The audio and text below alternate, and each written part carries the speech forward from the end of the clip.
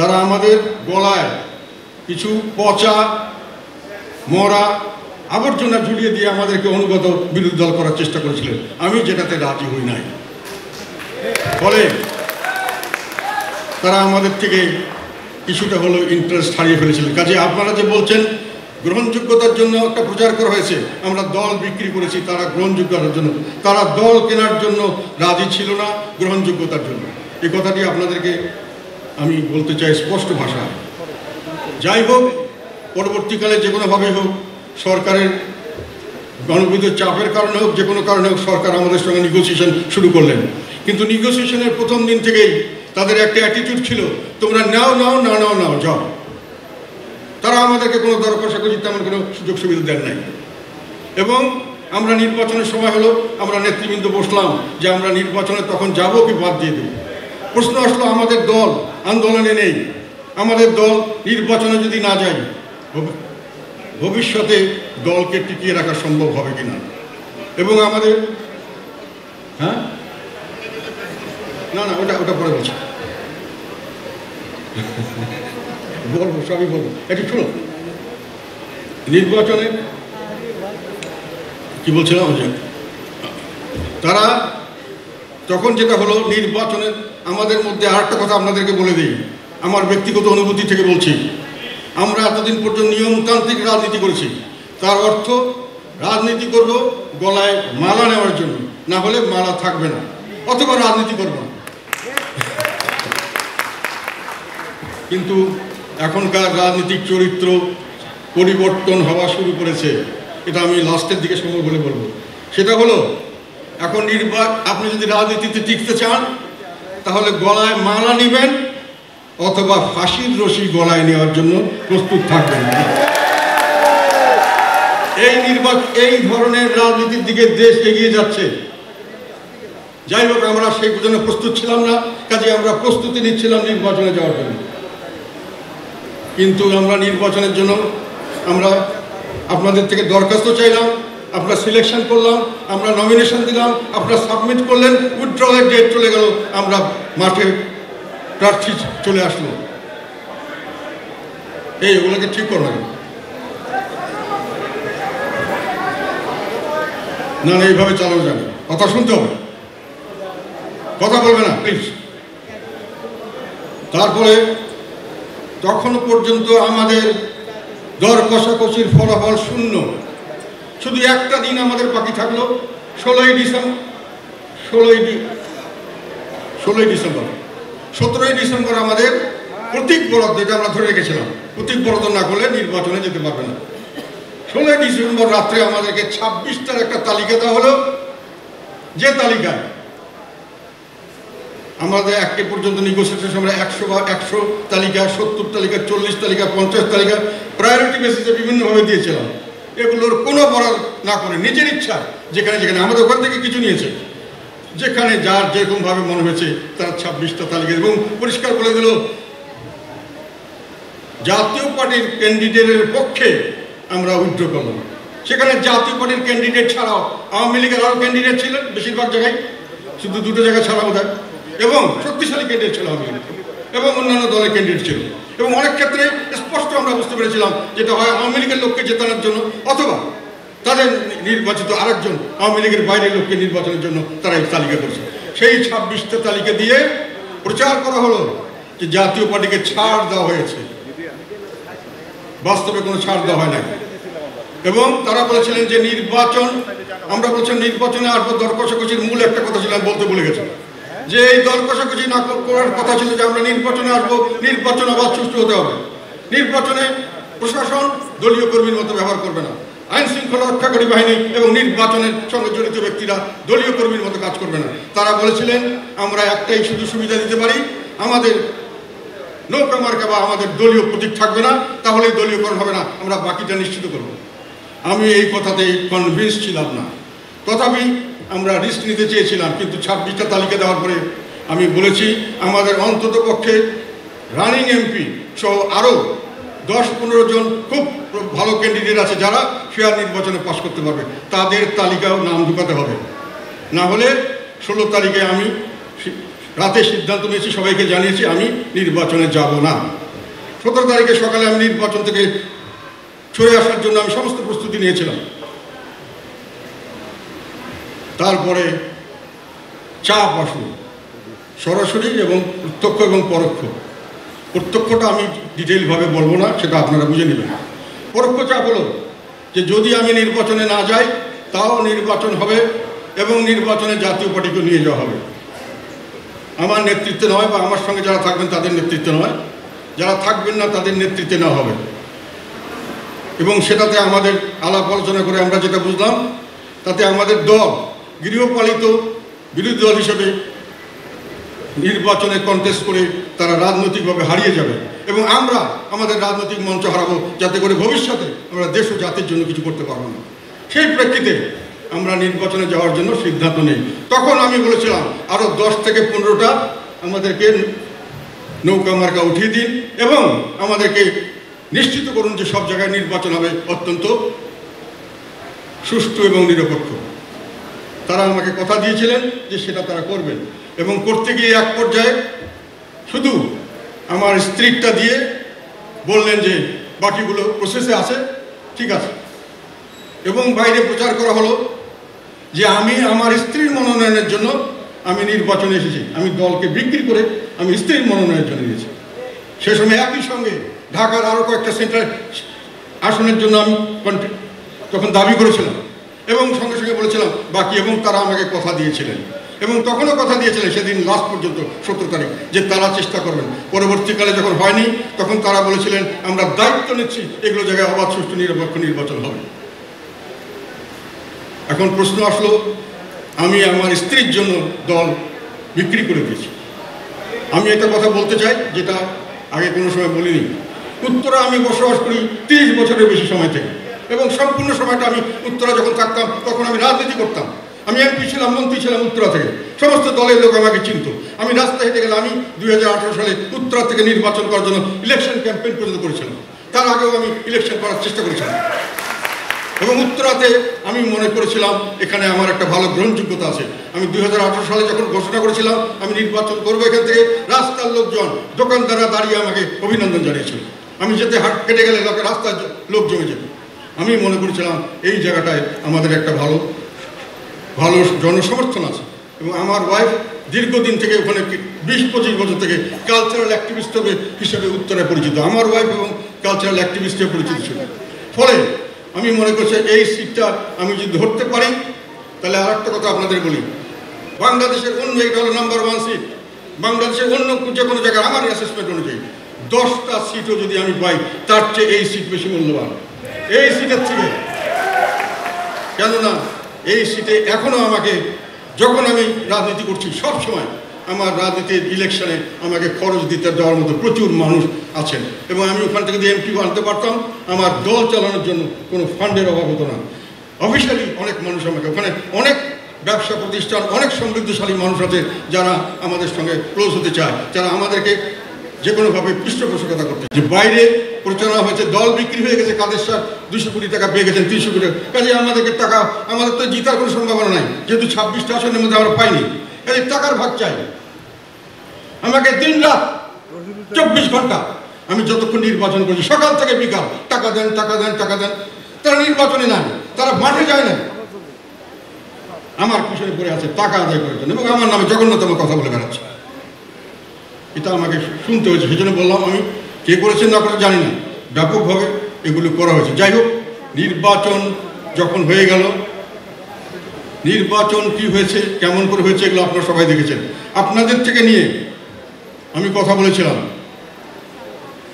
নির্বাচন 3 প্রকার হয়েছে। একটি অবাধ সুষ্ঠু নিরপেক্ষ নির্বাচন, তবে অংশগ্রহণমূলক হয়নি 2-1টি সিটে, সেটা সরকারের ইচ্ছা হয়েছে। একটি নির্বাচন হয়েছে ফ্রিস্টাইল, অস্ত্র এবং অর্থ দিয়ে যে যেভাবে পেরেছে সেখানে প্রশাসন থেকে শুরু করে সমস্ত মানুষকে কিনে যারা জিততে পেরেছে তারাই জিতেছে। এবং একখানে ছিল এই মানামানির ভিতরেও সরকারের নির্দেশনামূলক যে লোককে পাশ করানোর কথা তাকেই পাশ করিয়ে দেওয়া হয়েছে। এই 3 ধরনের নির্বাচন হয়েছে।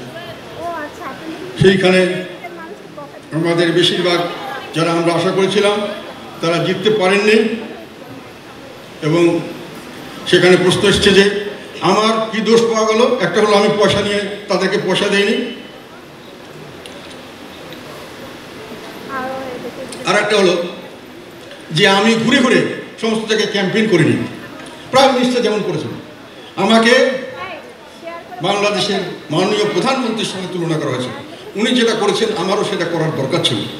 আমি নিজেকে অত্যন্ত সৌভাগ্যবান মনে করেছি, কেন বর্তমান প্রাইম মিনিস্টারের সঙ্গে যদি আমাকে তুলনা করা যায় নির্বাচন ক্যাম্পেইনে, যেখানে রাষ্ট্রীয় সকল ক্ষমতা এবং সকল সম্পদ এককভাবে ওনার কন্ট্রোলের মধ্যে, বাংলাদেশের পরিপ্রেক্ষিতে এখন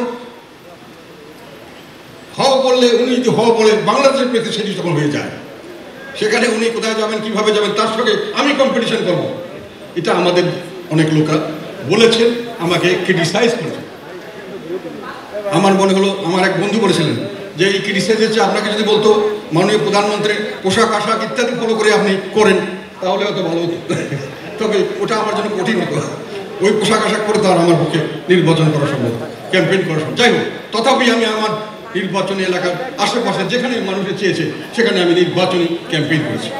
যেখানে মানুষ বলেছে যে আপনার আসা দরকার, আমি এই নির্বাচনের ভিতরে গেছি। যেখানে সকাল থেকে রাত পর্যন্ত আমাকে 100 জন টেলিফোন করেছে, টাকা দেন টাকা দেন টাকা দেন, এবং দিন রাত আপনার দল বিক্রি করে দিলেন, এটা করলেন, ফেসবুকে অকথ্য অশ্লীল কথা আমার নামে প্রচার করা হচ্ছে কন্টিনিউয়াসলি। এবং আর একটা কথা হলো, পরবর্তীকালে নির্বাচনে কেন গেলাম, এটার আর একটা কারণ হলো আমি লিডার অফ দি অপোজিশন হওয়ার জন্য গেছি। লিডার অফ দি অপোজিশন কি হবে আপনারা জানতেন? নির্বাচনের পর যদি আমি জিতেও থাকি, আমি নির্বাচন লিডার অফ দি অপোজিশন কে হবে এটা নিয়ে তো বাংলাদেশে 2-3 মাস গবেষণাই চলছে, যতক্ষণ না হয়, যদিও আইনগতভাবে আমারই হওয়ার কথা।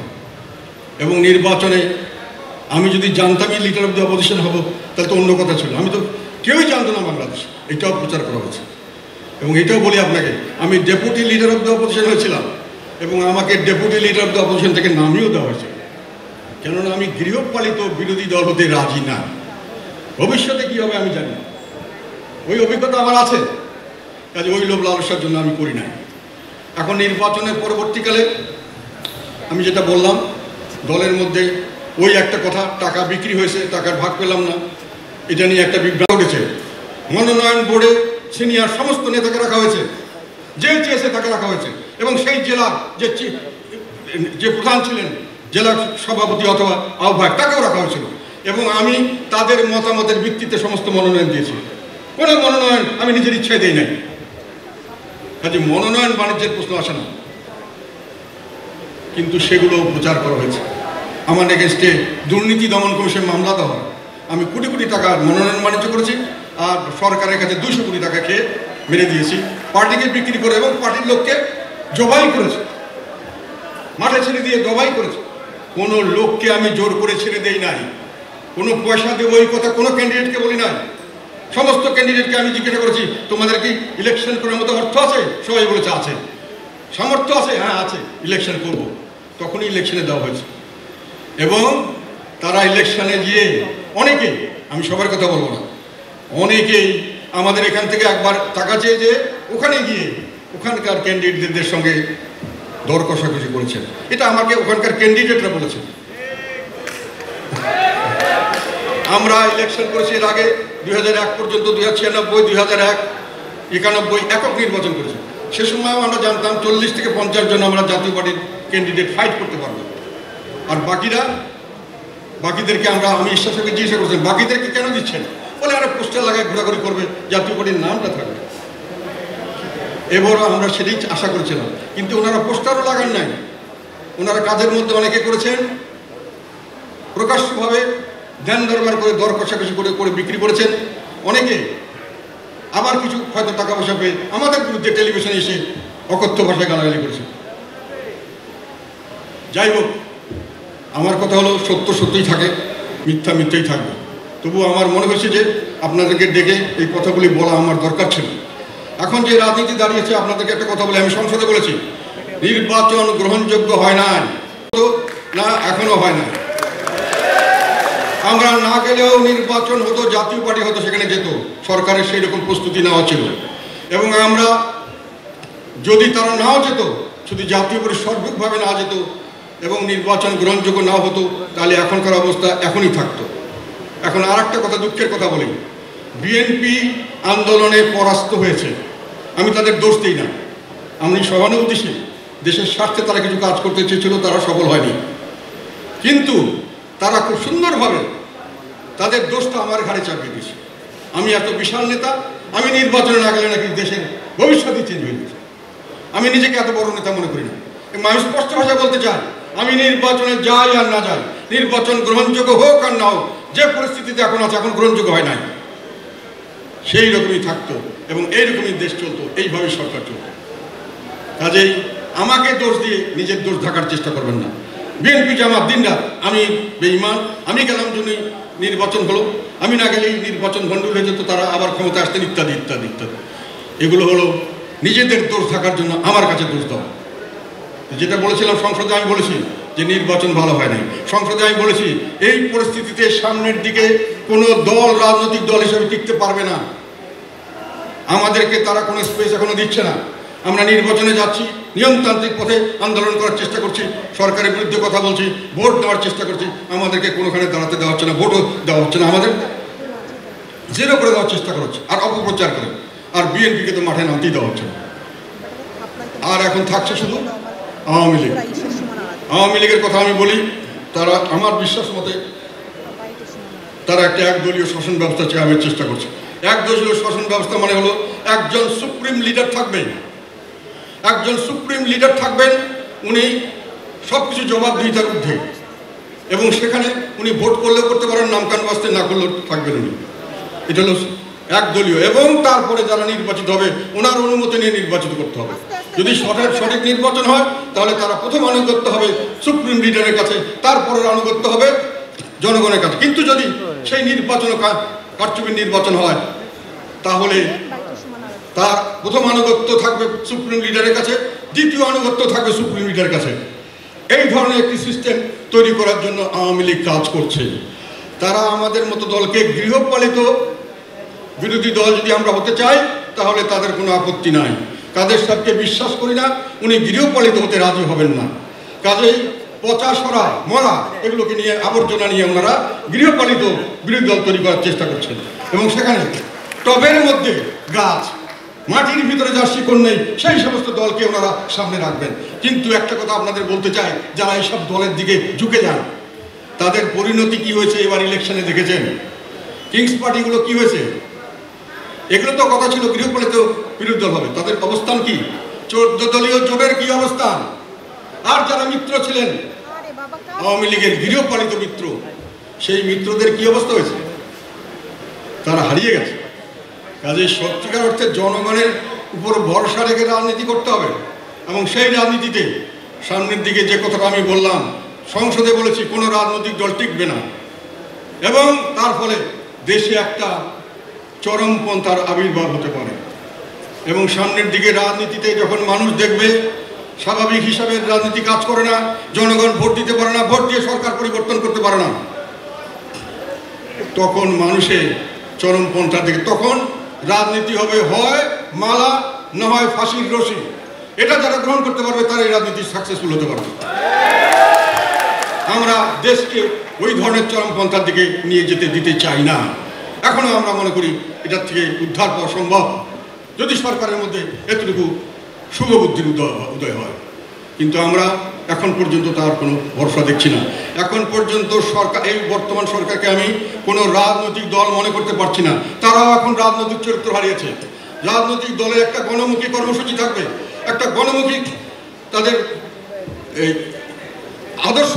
আদর্শ নীতি থাকবে, সেটা তাদের মধ্যে নাই। তারা যেটা বলে স্বাধীনতার পক্ষে, স্বাধীনতার কি বলে চেতনার পক্ষে, আর মুক্তিযুদ্ধের পক্ষে।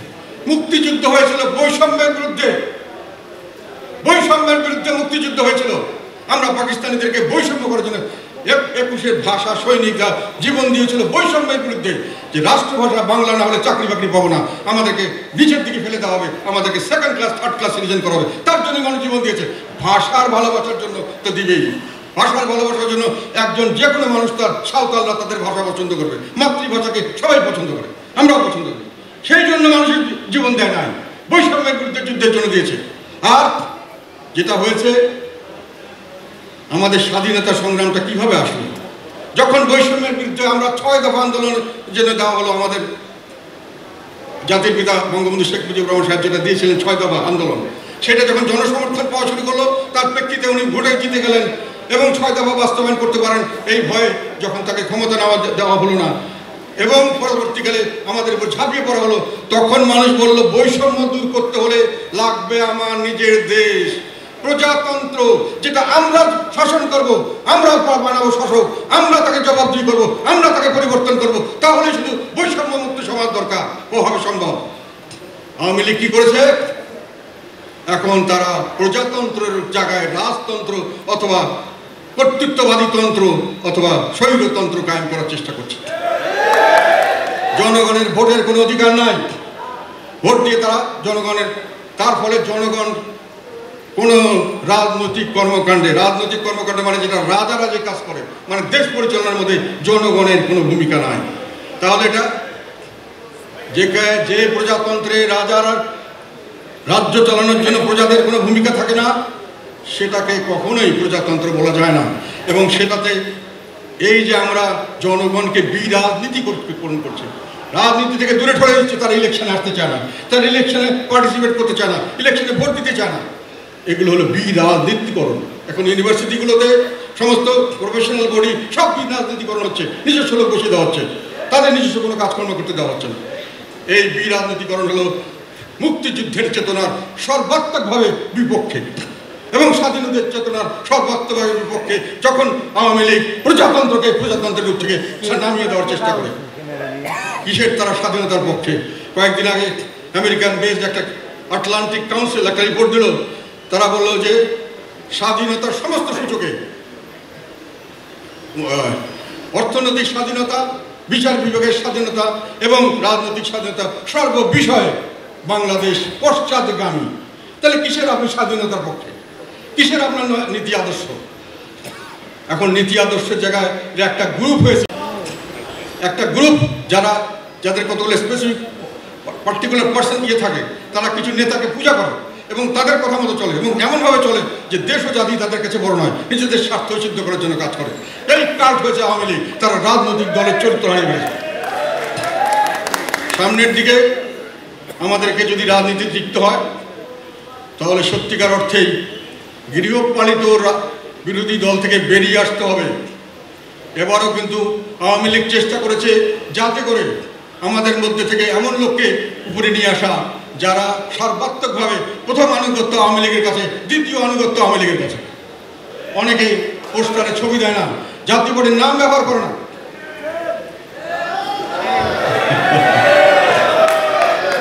কিন্তু জাতীয় পার্টির প্ল্যাটফর্মটা ব্যবহার করে, জাতীয় পার্টির নমিনেশনটা ব্যবহার করে।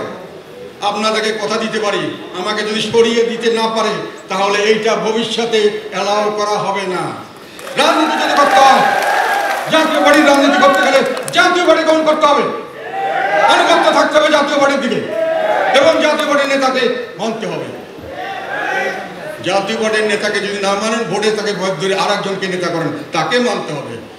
আপনি আওয়ামী লীগের নেতাকে মানবেন, আওয়ামী লীগের পোস্টার দিয়ে নির্বাচন করবেন ছবি দিয়ে, আর জাতীয় পার্টি ব্যবহার করবেন, এই অন্যায় সহ্য করা হবে না। সামনের দিকে সেইভাবে প্রস্তুত নিতে হবে। পথ সহজ নয়, অনেক কঠিন পথ পাড়ি দিতে হবে। সেই জন্য আমি বলছি যে সংগঠন কিভাবে করবো আগামী দিনে সেটা আপনারা ঠিক করবেন। রাজনীতি আমরা কি দিতে হয় দেবো। যে গৃহপালিত হতে যায়, গৃহপালিত হওয়ার জন্য সবাইকে আমি ওয়েলকাম করবো, চলে যান, গৃহপালিত হয়ে যান। আমরা গৃহপালিত বিরোধী দল হব না। যে কয়েকজন থাকবো সেটা দিয়েই আমরা দেশ ও জাতির কল্যাণে কাজ করে যাব। আপোষকামিতা করে গৃহপালিত হয়ে গাড়ি বাড়ি নিয়ে লাভ নেই। এটার একটা সীমা আছে, আমাদেরকে সেখান থেকে উঠে আসতে হবে, না হলে রাজনৈতিকভাবে হারিয়ে যাবেন। সেই জন্যে আপনাদেরকে আজকে ডেকে এনেছি এই কথাগুলো বলার জন্য। এবং আমি চাই এগুলো আপনারা অন্তর থেকে বুঝেন, কোনো প্রশ্ন থাকে করবেন, আর বড় বড় কালে বক্তৃতা দিবেন কিভাবে আর সামনের দিকে দলকে সংগঠিত করবেন। গৃহপালিত দল নয়, জাতীয় পার্টিকে সংগঠিত করবেন, আওয়ামী লীগের বিটিম নয়। সেটা করতে গেলে আপনি যতবারই ক্ষমতাশালী লোক হন আর আমি যতবারই দুর্বল লোক হই, যতক্ষণ এই পজিশনে আছি আমি এটাকে শান্তি দেবো না কোনো সময়। আপনাদের সবাইকে অশেষ ধন্যবাদ। আমাদের নেতা আলাস হোসেন মোহাম্মদ এরশাদ চিরদিন জনগণের মনে অমর হোক। জাতীয়